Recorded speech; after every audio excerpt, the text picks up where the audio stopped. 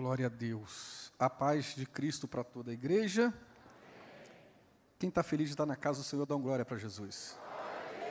Que bom que você veio, que bom que você está aqui para participar desse momento de comunhão da igreja, nessa celebração tão especial que é a Santa Ceia do Senhor. Quero convidar os irmãos para abrirem suas Bíblias, por gentileza. Livro de Atos dos Apóstolos, capítulo de número 16.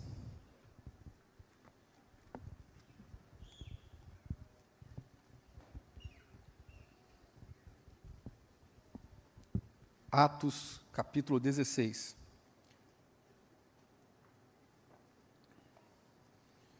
Nós vamos ler alguns versículos a partir do verso de número 6.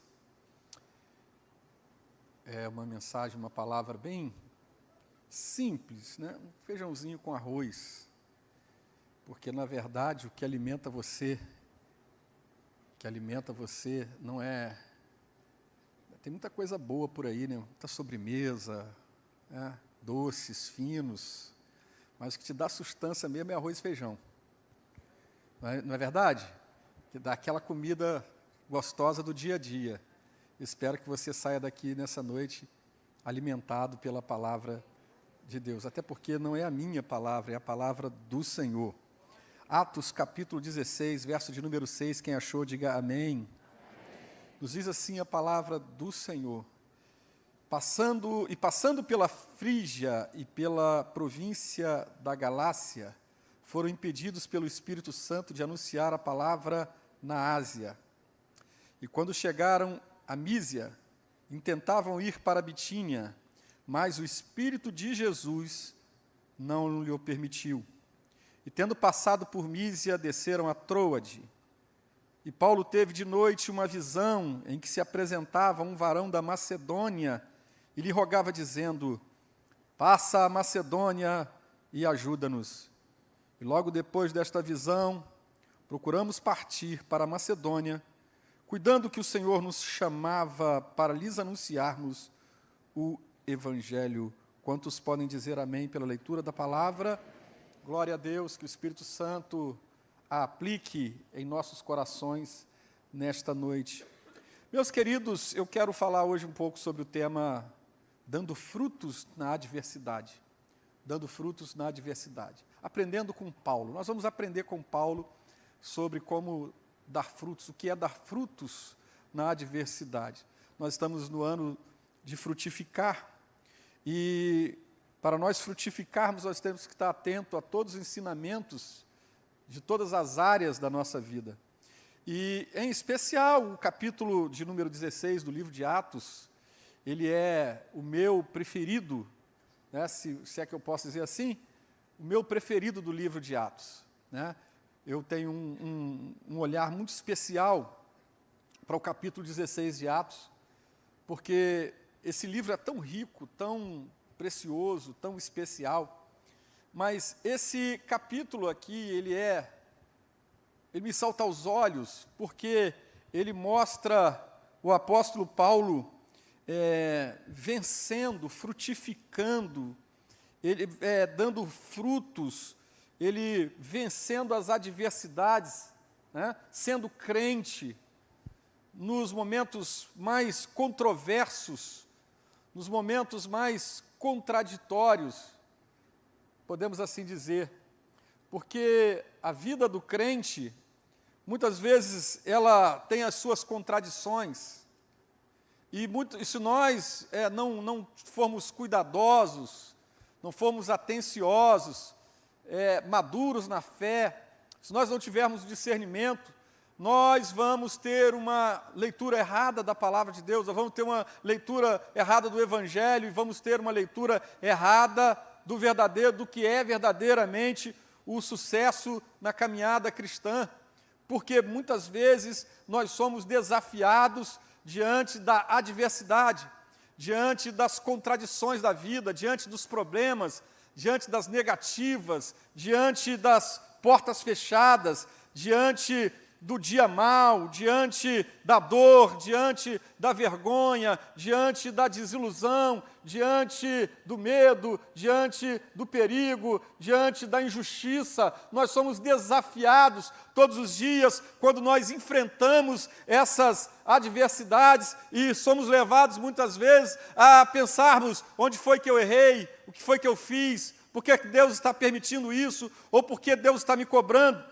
E muitas vezes não é nada disso, é apenas Deus nos conduzindo na caminhada da vida, é Deus nos conduzindo por caminhos que nós desconhecemos, mas que certamente nos levarão a um tempo de frutificar, a um tempo de crescimento, a um tempo de amadurecimento na nossa fé, e que isso não vai se revelar de imediato ou por um momento, mas lá no final, depois, você vai ver o resultado, os frutos que serão produzidos, e certamente você vai glorificar o nome do nosso Deus.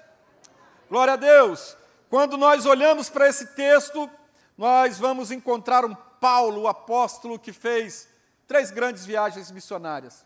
A primeira, ele parte no capítulo de número 13 de Atos, ele parte de Antioquia, quando ele recebe a imposição de mãos pelos líderes da igreja. Então ele parte para a primeira viagem missionária, e depois ele, então, começa essa trajetória. Ele faz, então, essa segunda viagem. Mais tarde ele faz uma terceira. A terceira viagem de Paulo, ela está no livro de Atos, capítulo 18, né? E o propósito também é confirmar a fé dos irmãos. A primeira viagem, ele abre uma diversidade de frentes de trabalho. Na segunda, ele volta para confirmar a fé dos irmãos e para dar início a novos projetos também. E na terceira, mais uma vez, ele vai ver como estão os irmãos, vai confirmar a fé dos irmãos, vai ver o desenvolvimento da obra. São 3 viagens. Essa segunda viagem missionária aqui, ela é cheia de contradições aparentes, conforme eu coloquei para vocês. Essa viagem, ela começa no capítulo 15, na verdade. Mas quando a gente lê o capítulo 16, a gente vai ver, então, essa trajetória onde 2 fatos importantes acontecem, né? Então, Paulo vai nos mostrar, primeiro, que ele vai confirmar a fé dos irmãos que já haviam sido ganhos na primeira viagem, e também vai começar outros trabalhos na sua caminhada. Quando a gente olha essa viagem, a gente vai aprender algumas lições que nos mostram um exemplo de alguém que frutificou na adversidade. E a primeira lição que a gente aprende aqui está logo no versículo 8, se você puder ficar com a sua Bíblia aberta. Não vou me estender muito, mas eu queria conversar com vocês aqui a partir desse texto. No versículo de número 8, versículo 7, perdão, vamos ao verso 6. O verso 6 diz assim: passando pela Frígia, pelas províncias da Galácia, fomos impedidos pelo Espírito Santo de anunciar o Evangelho, a palavra, na Ásia. Versículo 7 diz assim: quando chegaram a Mísia, intentavam ir para a Bitínia, mas o Espírito de Jesus não lhe permitiu. Então nós vemos aqui a primeira lição. Qual é a primeira lição? Que muitas vezes a gente está bem intencionado, muitas vezes a gente está fazendo as coisas para Deus, mas Deus vai nos dizer não. Nós vamos encarar o não de Deus. Na viagem da vida, na nossa caminhada com Deus, na nossa vivência no Evangelho de Jesus Cristo, nós não vamos encontrar um mar de rosas. Não é só portas abertas, não é só vitória, não é só alegria, só triunfo, né? Você, apesar de ter entregado a sua vida a Jesus, apesar de você ser crente, se dedicar a Deus, se dedicar à sua obra, como disse aquele hino que a gente cantou ainda agora há pouco, né? Gastar a sua vida, perder coisas, né? Tem gente por aí pelo mundo que perde tudo. Eu acredito que você não perdeu tudo por causa do Evangelho, mas talvez você tenha perdido muita coisa. Talvez você tenha aberto mão de muitas coisas. Se a gente fosse conversar aqui, fazer uma enquete, uma entrevista com alguns irmãos, a gente encontraria pessoas aqui que tiveram que abrir mão de muitas coisas, prazeres, oportunidades, né? Situações da vida onde você estava vivendo uma situação confortável, agradável, prazerosa, você alimentava a sua carne, as suas emoções, fazia coisas que te davam prazer, mas por causa do Evangelho você teve que abrir mão delas, né? E, aliás, Jesus disse que aquele que coloca a mão no arado não pode olhar para trás, porque se ele olhar para trás, ele não é digno do Senhor, né? Então, você tem que renunciar. Jesus disse, quem quer vir após mim, renuncie-se a si mesmo, tome a sua cruz a cada dia e siga-me. Então, o Evangelho de Jesus, ele é, por natureza, um Evangelho que você vai ter que perder coisas, você vai ter que abrir mão de coisas, você vai sofrer, sim, mas você não vai encontrar só vitória. Esse evangelho triunfalista que as pessoas pregam por aí afora. Não, vem para Jesus, que quando você vem para Jesus, acabou a luta, acabou o problema, é só bênção, você vai viver uma vida maravilhosa, fantástica e tal. Ei, se alguém, como disse aquele meme do pregador, ex-jogador de futebol, se alguém falou isso para você, mentiram. Falaram para você uma mentira, porque o Evangelho não é isso. O Evangelho, ele é de cruz. O Evangelho é de renúncia. No Evangelho tem pedras.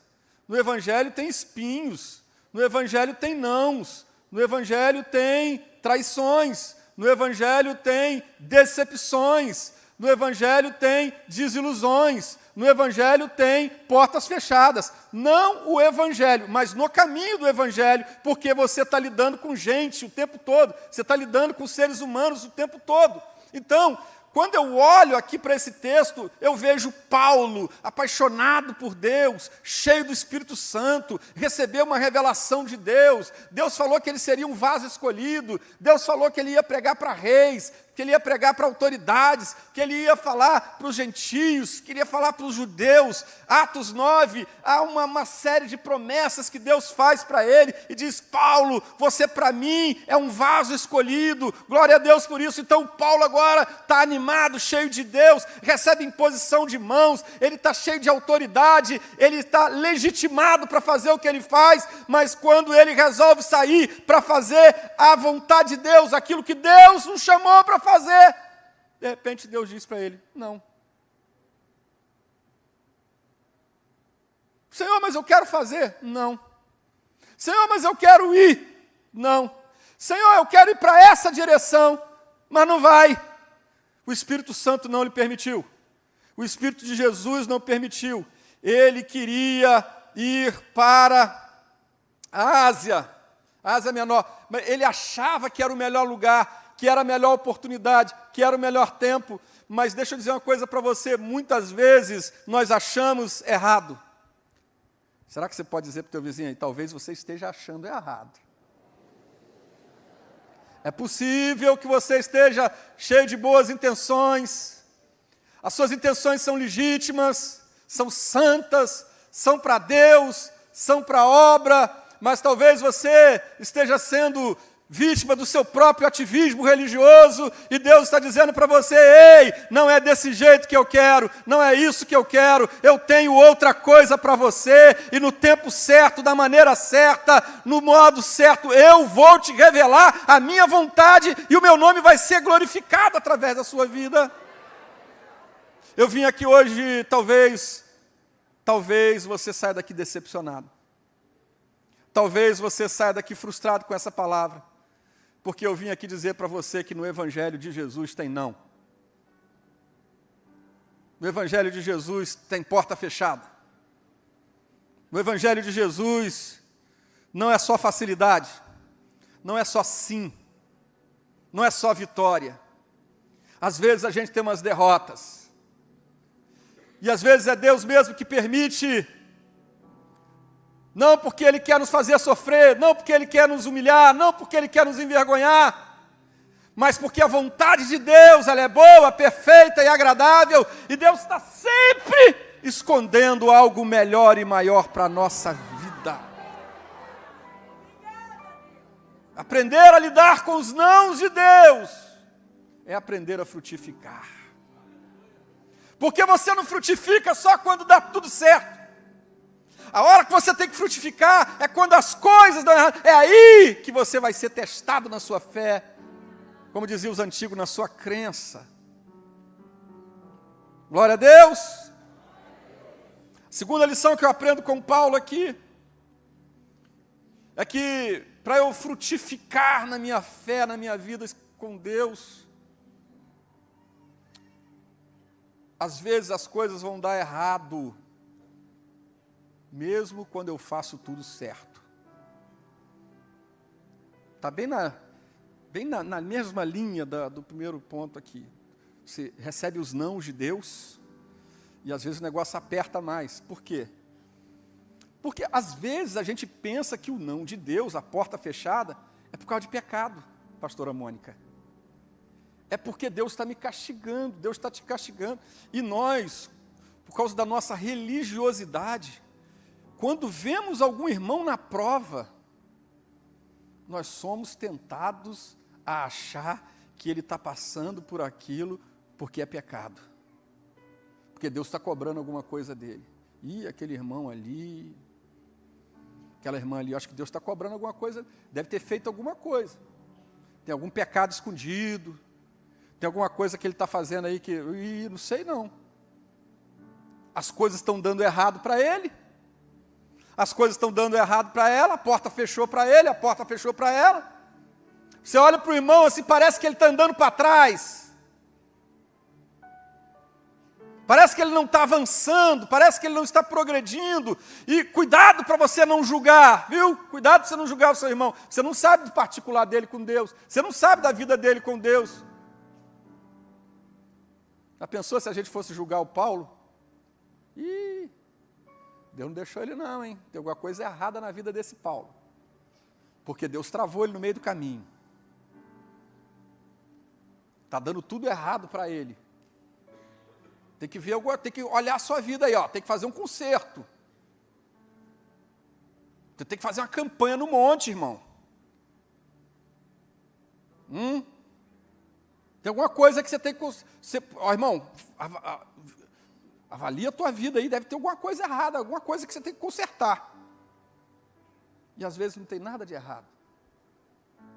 Porque Paulo, quando você olha a trajetória de Paulo no capítulo 16, você vai ver que depois de uma série de coisas que Paulo faz, ele acaba preso. É aí que a gente vai caminhar nesse texto. Esse texto aqui fala daquela célebre prisão de Paulo, em Filipos. Ele apanhou, tomou 40 chicotadas, foi preso, cárcere interior. E tudo isso aconteceu porque Paulo só fez as coisas certas. Porque Paulo queria ir para a Ásia. Deus mandou ele para a Europa. Ele obedeceu. Sim ou não? Sim, pode falar com força, irmão. Sim ou não? Obedeceu? Obedeceu. Aí Paulo, todo dia, pastor Alain, ele passa na cidade, aí tem uma moça lá, ele está passando, ele está lá, esse aí é o homem de Deus, hein? E Paulo está lá passando, no outro dia ele passa, você é um vaso. Conhece esse Paulo aí, ó? Você é um vaso de Deus, é profeta, hein? Esse Paulo aí é do manto, hein? Paulo, pregador eloquente. A mulher elogiava Paulo todo dia. Pergunto para você, tudo que aquela mulher falava era verdade, sim ou não? Tudo que ela falava era verdade. Mas o que ela estava falando era de Deus, sim ou não? Não, era o diabo falando na boca dela. Um espírito de adivinhação que aquela mulher tinha, que dava lucro aos seus senhores. Ela conhecida na cidade, tinha gente que levava vantagem com aquilo ali, e sabe, quando a luz chega, as trevas não podem permanecer. Onde o Espírito Santo de Deus está, o espírito do mal não pode ficar. Onde Deus está, o demônio não pode ficar. E Paulo um dia meio aborrecido. Irmão, um homem de Deus aborrecido é um problema. Porque uma vez eu fiquei aborrecido, eu orei e a padaria fechou. E nunca mais abriu. Então, tenha cuidado quando você estiver aborrecido. Porque se você é um homem de Deus, Deus honra aquilo que você fala. E Paulo diz, sai dela! E diz a Bíblia que o demônio, o espírito, saiu na mesma hora. Então Paulo está pregando o Evangelho, obedecendo a Deus. Ele encontra uma mulher chamada Lídia, e ele sai para um momento de oração, ele encontra aquela mulher e um grupo de outras pessoas. Ele batiza aquela mulher, ela convida para sua casa, começa ali uma igreja. Paulo está fazendo tudo certo, gente. Coisa boa abrir uma igreja, coisa boa expulsar demônio, coisa boa é ouvir a voz de Deus. Irmão, que coisa mais maravilhosa na sua vida do que você fazer alguma coisa que você tem certeza absoluta. Só quem teve essa experiência pode dizer, Deus te deu uma revelação em sonho. Já teve dia, irmão, não é sempre que acontece não, mas já aconteceu. Deu algumas vezes, Deus me revelar a mensagem toda em sonho, eu só acordar para anotar. Fica com inveja não. Coisa maravilhosa, você sabe que vai dar certo, porque Deus falou contigo, Deus te revelou, Deus te mostrou. Ou então quando Deus usa alguém e diz assim, meu servo, pode ir que eu estou contigo, aí tu fica grandão, irmão. Tu vai, não tem diabo, não tem capeta, não tem ninguém para te encarar, porque você tem certeza que aquilo ali é a direção de Deus. Paulo estava assim. Aí Paulo vai lá, batiza a mulher, ganha gente para Jesus, começa um trabalho, começa uma igreja, expulsa o demônio da mulher. E qual é o resultado disso? Ganhou uma medalha. Ganhou o prêmio à cidadania da região. Ganhou um aumento de salário. Teve suas vestes rasgadas.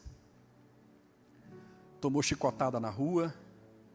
Foi preso com os pés nos troncos, no cárcere inferior. Não teve julgamento. Foi preso, parece até um lugar que eu conheço, sei lá, que eu já vi que as pessoas são presas sem julgamento, sem um fato concreto. Paulo foi preso porque fez tudo certo. A notícia que eu tenho para te dar essa noite talvez não vai te agradar, mas por outro lado, pode ser a resposta que você precisa hoje para você entender o que você está vivendo. Às vezes na vida você vai fazer tudo certo, mas mesmo assim vai dar errado.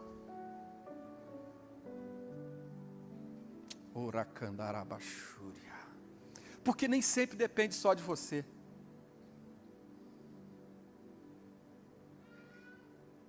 Depende de Deus, dos propósitos de Deus, depende da ação de terceiros, e também depende de você. E muitas vezes o que te causa, às vezes, essa estranheza, é quando você sabe que você está fazendo as coisas certas, mas dá errado. Mas eu quero dizer uma coisa para você, fique tranquilo.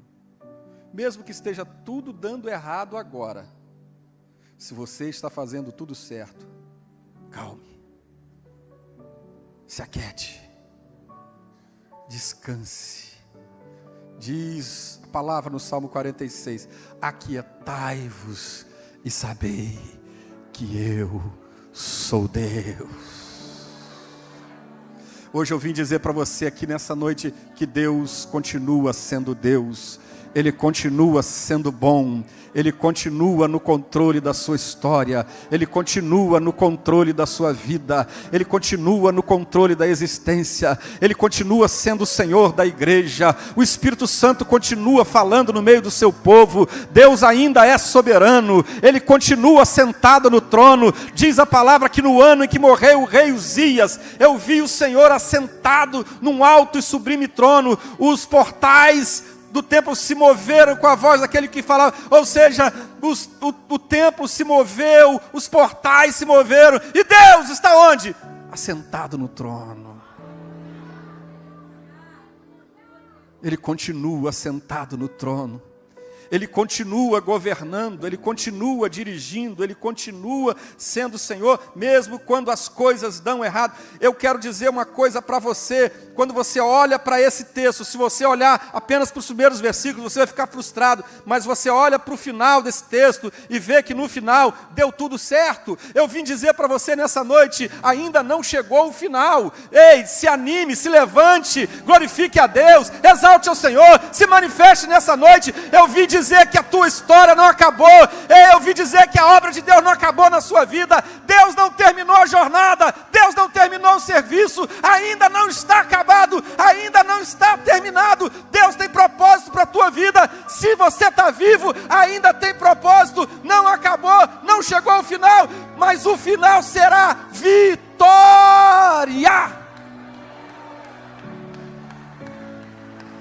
Não acabou.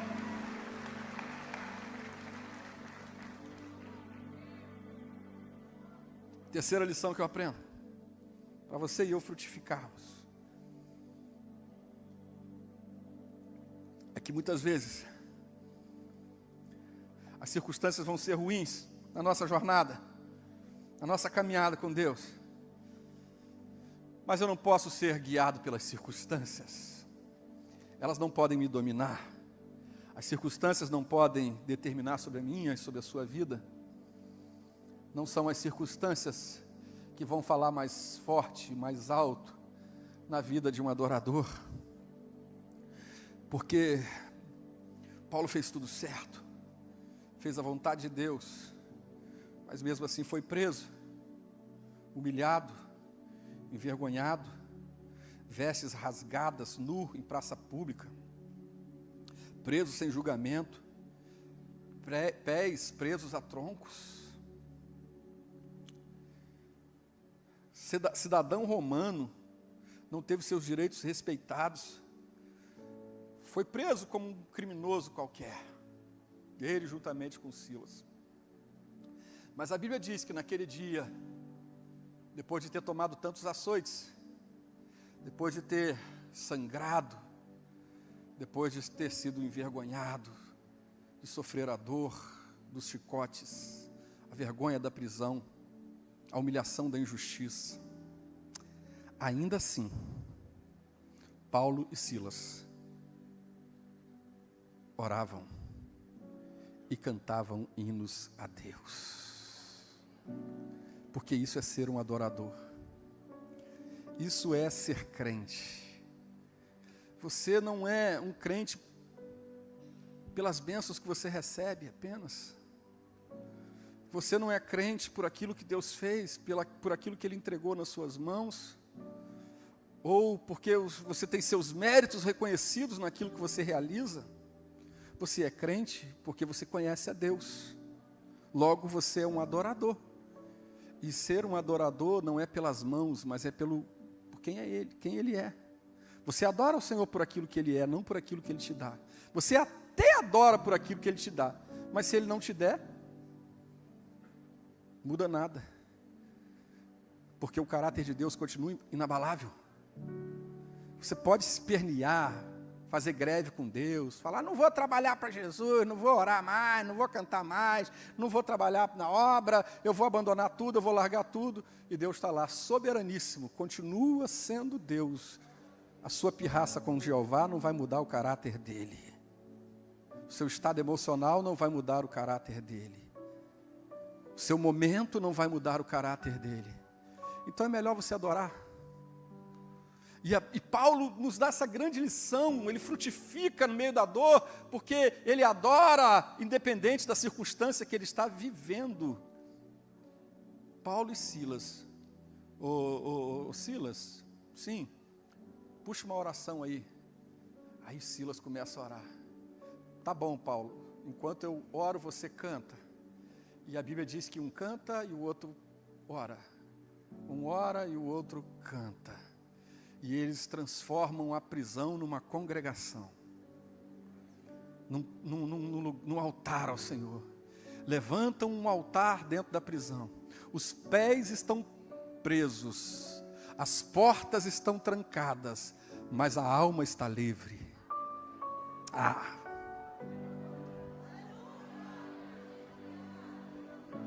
As mãos estão presas, os pés estão presos, mas a alma está livre. Podem prender os teus pés, podem prender as tuas mãos, podem te tolir, podem tirar o teu emprego, pode tirar as tuas oportunidades, pode tirar o teu dinheiro, pode confiscar o teu dinheiro na tua conta, pode você estar passando as maiores dificuldades dessa vida, mas a tua alma continua livre, o teu coração continua livre, a tua adoração não está presa, você não está preso às circunstâncias, você é livre para adorar. Eu fico imaginando o que Paulo poderia cantar naquele dia. Eu gosto de cantar quando o pau está quebrando no meu lombo, é quando eu mais canto. Eu sou ruim de cantar, não sou bom de cantar não, irmão. Lá em casa, fico até com vergonha de cantar. Tem a minha mulher, as minhas filhas, aí tem os cunhados que são músicos também, agora tem o genro que é músico também, irmão. Eu tenho que cantar no banheiro. Ah, mas eu canto. A luta está grande, a dificuldade está grande, a porta está fechada, mas eu canto. Canto no banheiro, canto no carro, canto na rua. Às vezes nem canto com a voz, eu canto com o pensamento, mas eu canto.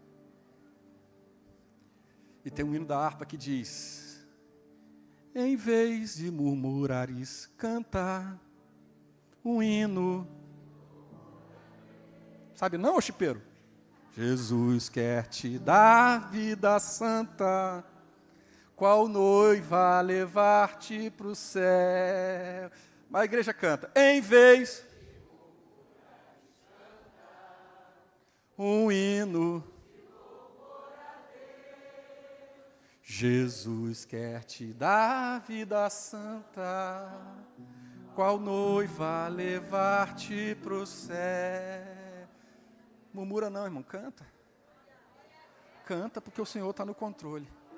Já diz aquele ditado popular, pastor Vicente: quem canta, Davi que o diga, né? Que Saul não suportava. O espírito ruim não suportava quando ele começava a cantar, quando ele começava a adorar. Me lembro de Jesus, no dia da sua maior agonia, no dia da sua maior dor. Jesus, naquela noite, ele foi traído. Ele foi vendido. Um traiu, um o negou. Diz que nem conhecia, que nunca nem ouvi falar desse homem. O cara chegado, irmão, era o segurança de Jesus, era o cara que, né? Guarda-costas de Jesus, Pedrão. Conheço não. O outro vendeu Jesus por algumas moedas. Mas na frente Jesus vai ser preso, açoitado. Jesus sabia que ia enfrentar a cruz por causa de mim e de você, mas a Bíblia diz que tendo cantado um hino, não precisa cantar 40 minutos, 50 minutos, cantar, não, irmão, Jesus cantou um hino. Um hino bem cantado, um hino de adoração, um hino com a alma, um hino com o coração, um hino com entendimento, um hino com verdade. É um hino de adoração. Jesus estava ali fazendo a sua entrega. Mais tarde ele diria: Pai, se possível, passe de mim esse cálice, mas contudo, seja feita a tua vontade. Mas ele já tinha cantado um hino, já tinha adorado. Eu não sei o que Paulo cantou, eu não sei o que Silas cantou, mas eu sei que naquela noite eles adoraram. Ele estava dizendo: Deus, eu fiz tudo certo, mas deu tudo errado. Não é culpa minha, não é pecado, não é maldição hereditária, não é falta de sabedoria. Eu não sei o que o Senhor está escondendo nisso, mas eu vou cantar. Porque o Senhor é soberano. O Senhor tem o controle. Será que você pode levantar as suas mãos nessa noite? Será que você pode expressar a tua adoração ao Senhor nessa noite? Será que você pode glorificar a Deus? Eu não sei como é que você chegou aqui. Talvez você chegou aqui aflito, angustiado, ferido, magoado. Você recebeu um diagnóstico ruim. Você recebeu uma palavra ruim. Os exames estão dando tudo errado, está tudo ruim. Sabe, parece que tem dias na vida da gente que as notícias ruins, elas chegam em grupos. Parece que as notícias ruins combinam de chegar todas uma vez só na nossa vida, mas mesmo assim você pode adorar a Deus, porque Ele é o teu Senhor. Não é o boleto não manda na tua vida, não é o dinheiro que governa na tua vida, não é o Pix que manda na tua vida, não, sabe, não é o governo, não é a economia que governa a tua vida. Quem governa a tua vida é o Rei dos Reis, é o Senhor dos Senhores, aquele que é digno de glória, aquele que é digno de adoração, aquele que morreu na cruz, aquele que ao terceiro dia ressuscitou, aquele que voltou para o Pai, mas deixou o seu Espírito Santo conosco, e Ele está presente aqui nesse lugar. Ele merece ser adorado, Ele merece ser glorificado. Não deixa as circunstâncias te prenderem. O que é que está te prendendo? Libera o grito da tua alma, libera o cântico da tua alma. Uracandarama. Estou terminando.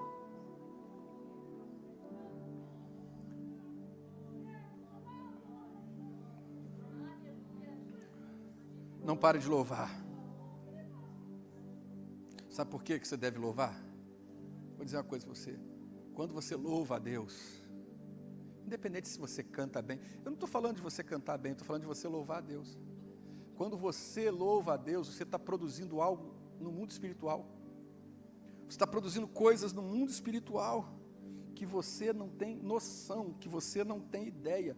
Você está gerando um combustível espiritual que vai promover uma reação de Deus na sua vida, ao seu favor. Sabe o que aconteceu naquela noite enquanto eles louvavam? Primeiro, o versículo 26 diz que todas as portas foram abertas. Eu vou dizer uma coisa para você: porta não abre quando você murmura, porta abre quando você adora. Eu creio que essa noite, enquanto você adora, Deus vai abrir portas para você. Mas eu vim dizer para você que Deus vai abrir, não vai ser algumas portas não, Léo, vai abrir todas. Todas as portas foram abertas. Eu profetizo portas abertas na tua vida. Não vai ter cadeia, não vai ter prisão, não vai ter impedimento.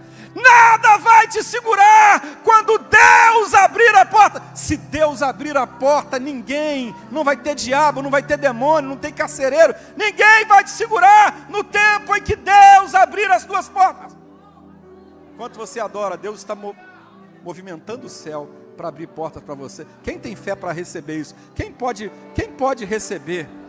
Quem pode crer que Deus está abrindo? Eu creio, essa noite é noite de Santa Ceia, é noite de adoração, mas é noite de portas abertas. Deus não precisa de um culto de campanha para abrir porta, não. Deus só precisa de um adorador entregando a sua adoração e o seu louvor. Enquanto você adora, Deus abre portas.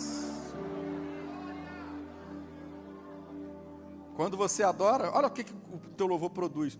Diz o texto aqui que Deus fez uma surpresa. Lá no versículos 26 e 27, diz a palavra aqui, que houve um terremoto, todas as prisões foram abertas, mas sabe qual foi a surpresa? Ninguém fugiu. A surpresa não foi só que a porta abriu, a surpresa foi que ninguém fugiu. Irmão, pensa comigo aqui.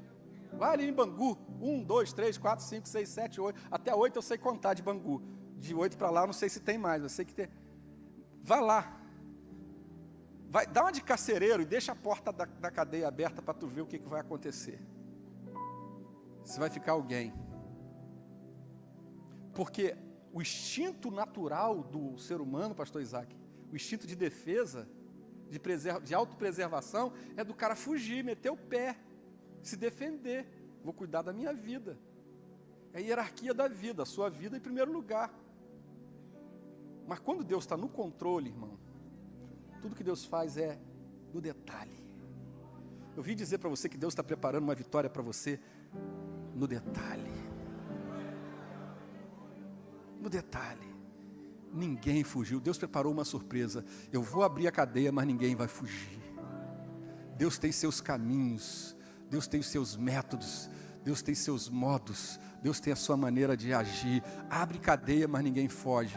Só para o nome dele ser glorificado. Tem coisa que Deus faz é só para mostrar a glória dele. Só para mostrar a glória dele. Surpresa. Tem surpresa preparada para você. Quando a gente adora, quando a gente louva, uma outra coisa que acontece, oportunidade para pregação. Paulo não estava tão preocupado em estar preso ou estar solto. Ele estava preocupado em ter oportunidade para pregação. O carcereiro ficou apavorado, pegou a espada, queria se matar, e Paulo disse, não faça tal coisa. E ali Paulo viu uma oportunidade. O que é que eu faço para ser salvo? Crer no Senhor Jesus, será salvo tu e tua casa. Onde é que Paulo vai terminar essa história?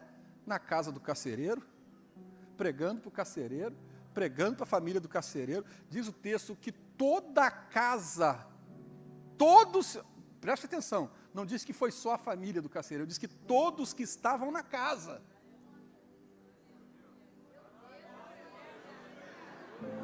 Porque uma porta para o evangelho foi aberta através de uma dificuldade.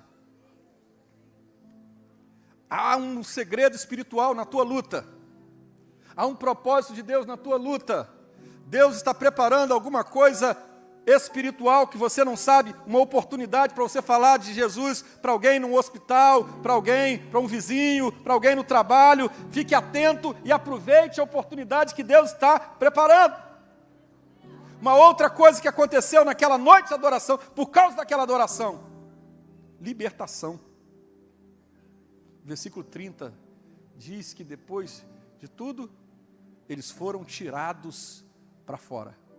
Os que tiveram os pés presos no tronco, no cárcere interior, agora são tirados para fora. São libertos.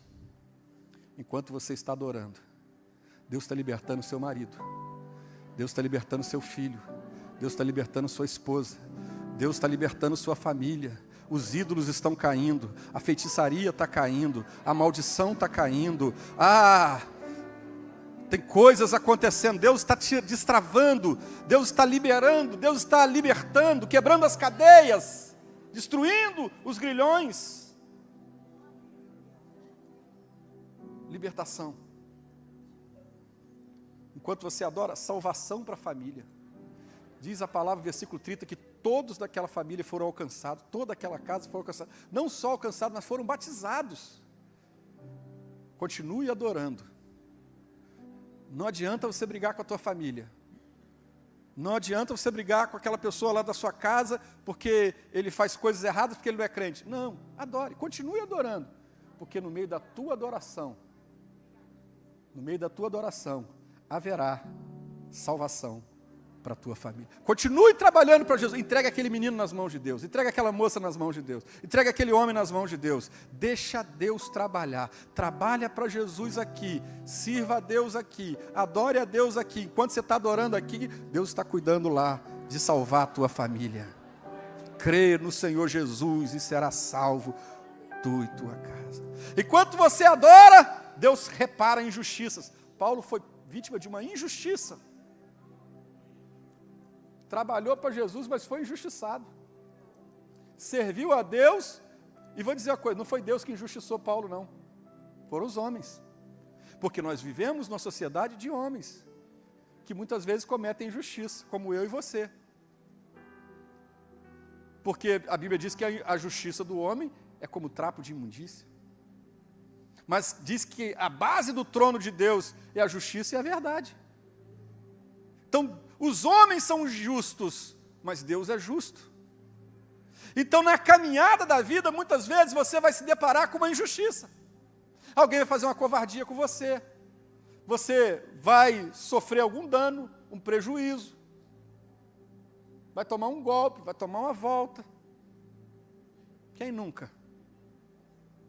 Você vai sofrer coisas que você não merecia. Mas eu vejo aqui que Paulo não reclamou antes da hora. Paulo foi adorar a Deus. Ele buscou seus direitos no tempo certo, mas ele foi adorar a Deus. E enquanto ele adorou a Deus, a injustiça foi reparada. Os caras disseram assim: ô Paulo, olha só, sai aqui pela porta dos fundos. Ó, sapatinho, Paulo. Ó, vai ficar legal para todo mundo, ninguém precisa saber que você é cidadão romano, que você... Não, sai aqui. Paulo, peraí, cadê os magistrados que me prenderam? Eles vão mandando agora um terceirizado para vir falar comigo? Não, manda eles vir aqui. Outra coisa, eu não vou sair pela porta dos fundos não, tá? Porque eu sou cidadão romano. E diz a Bíblia que Paulo foi despedido pelas autoridades e saiu de boa, liberado, honrado, porque ele era um cidadão romano. Deus reparou a injustiça. Tem gente aqui que está sofrendo injustiças. Você está sendo vítima de injustiça e não está abrindo a sua boca, você está glorificando a Deus. Continue glorificando a Deus, porque o justo juiz vai se manifestar em teu favor. E a justiça de Deus vai se manifestar em teu favor. Haverá uma reparação. Você crê nessa noite? Eu vejo aqui papéis sendo assinados nessa noite. Eu vejo processos sendo liberados. Eu vejo indenizações chegando. Eu vejo causas ganhas pelos servos de Deus. Eu vejo o martelo sendo batido nessa noite. Eu vejo a reparação. Eu vejo o dano sendo desfeito. A maldade sendo desfeito. Eu vejo Deus trabalhando para fazer justiça.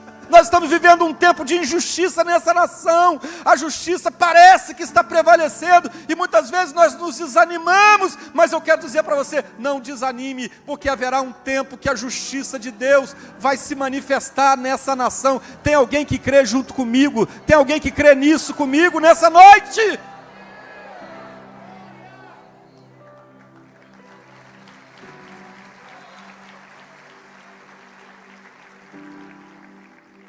Reparação de justiça. Enquanto você adora, honra de Deus. Paulo foi honrado. Entrou humilhado, mas saiu honrado. Talvez você esteja vivendo o tempo da humilhação. Mas aguarde. Vem o tempo da honra de Deus. Vem o tempo da honra de Deus. Deus vai usar até mesmo quem te maltratou para te abençoar. Fica de pé. Eu vou até repetir, porque eu acho que vocês não, eu acho que eu falei muito baixo. Deus vai usar até mesmo quem te maltratou para te abençoar. Vou repetir mais uma vez, porque esse lado aqui eu acho que não ouviu. Deus vai usar até quem te maltratou para te abençoar. Eu vou falar para aquele outro lado, ei, você que está aí desse lado aí, ó. Deus vai usar até quem te maltratou para te abençoar. Vou falar para esse pessoal da frente, que tem uns pastores aqui também, tem um pessoal, tem obreiro. Deus vai usar até quem te maltratou para te abençoar. Quem maltratou Paulo? Foi o carcereiro. O carcereiro maltratou Paulo. Mas o mesmo cara que maltratou Paulo, botou mesa, banquete, comida, deu banho, tratou as feridas e despediu na bênção e na paz. Deus vai usar quem te maltratou para te abençoar. Quem te maltratou vai reconhecer Deus na tua vida. Só quem crê, dá um glória a Deus aí. Creia nessa palavra. Você precisa viajar nessa estrada da vida para você frutificar. E você precisa saber de uma coisa, que a coisa mais importante é você estar na direção de Deus. Se você estiver na direção de Deus, no centro da vontade de Deus, no final vai dar tudo certo. Dá tudo certo. Fala para o teu vizinho, vai dar tudo certo. Vai dar tudo certo, no final vai dar tudo certo. E eu acho muito lindo, eu já vou chamar o pastor Vicente para subir aqui, como termina esse livro. Gente, é coisa maravilhosa. Olha como é que termina essa história. Como é que termina essa história? O capítulo 16 termina dizendo o seguinte: e saindo da prisão, entraram em casa de Lídia. Onde eles entraram? Casa de? Onde tudo começou. Voltaram, pastor Antônio Pedro, onde tudo começou. E vendo os irmãos, os confortaram. Os caras que passaram a prova, têm uma experiência para confortar os outros, estão alimentando os outros irmãos. Eles vão dar o testemunho. Eu quero dizer para você que a tua experiência vai gerar um testemunho. Você vai ter uma palavra para confortar alguém. Você vai ter consolo de Deus para a vida de alguém. E termina aqui, ó. E depois partiram. Paulo e Silas não ficaram remoendo a dor daquilo que aconteceu. Fizeram o que tinham que fazer. E depois, vou embora, vamos para a próxima. Isso aqui já é passado. Esquecendo-me das coisas que para trás ficam. E avançando para aquelas que estão diante de mim. Prossigo para o alvo pelo prêmio da soberana vocação em Cristo Jesus. Que Deus te abençoe. Em nome de Jesus. Pastor Vicente.